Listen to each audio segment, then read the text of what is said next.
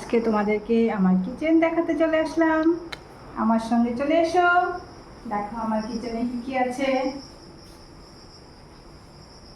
এখানে তো আমি গ্যাসটা রেখেছি, এটা গ্যাসটা এখানে কড়াই আছে। আজকে কি বানিয়েছি, কাঁকরোলের পুর বানিয়েছিলাম, সেটা রয়ে গেছে রাতের জন্য। এখানে দেখো আমি স্টিকার লাগিয়েছি, কারণ রান্না করতে নিলে তেলগুলো ছিটে যায়, সেগুলো পরিষ্কার করতে হয়। এখানে আমার একটা জলের বালতি, মানে শর্টকাট জলটা তুলে রান্না করতে খুব সুবিধা হয়।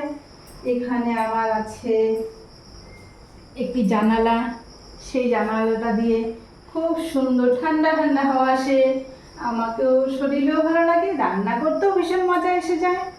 তারপরে দেখো আমার ছোট্ট মশলার কৌটা, সেখানে এই যে সব মশলা আছে, তো তোমরা দেখতেই পাচ্ছ কি কি আছে। তার পাশেই আছে থালা বাসনের একটি র্যাক।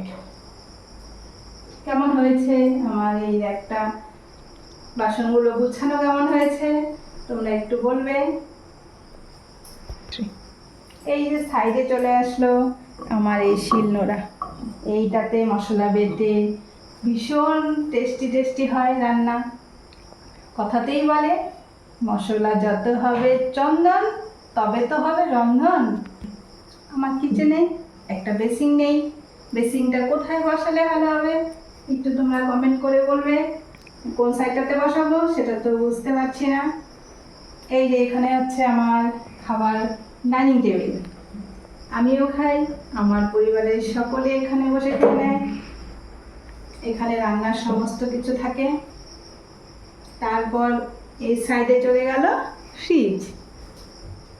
এখানে একটা ছোট্ট ডাস্টবিন রেখেছি, আমার কিচেনটা খুবই ছোট, তাই এখানে ডাস্টবিনটা রেখেছি। এইখানে আছে ফ্রিজ।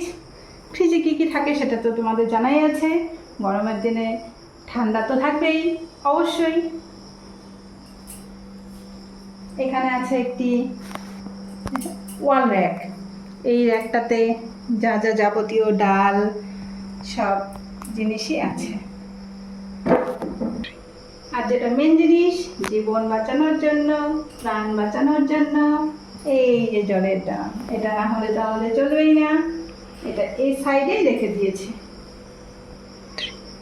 আজকের জন্য তবে এতটুকুই। নেক্সট ভিডিওর জন্য আবার কিছু দেখাবো। আমার চ্যানেলটিকে সাবস্ক্রাইব করে পাশে থাকার জন্য অনেক অনেক ধন্যবাদ। টাটা।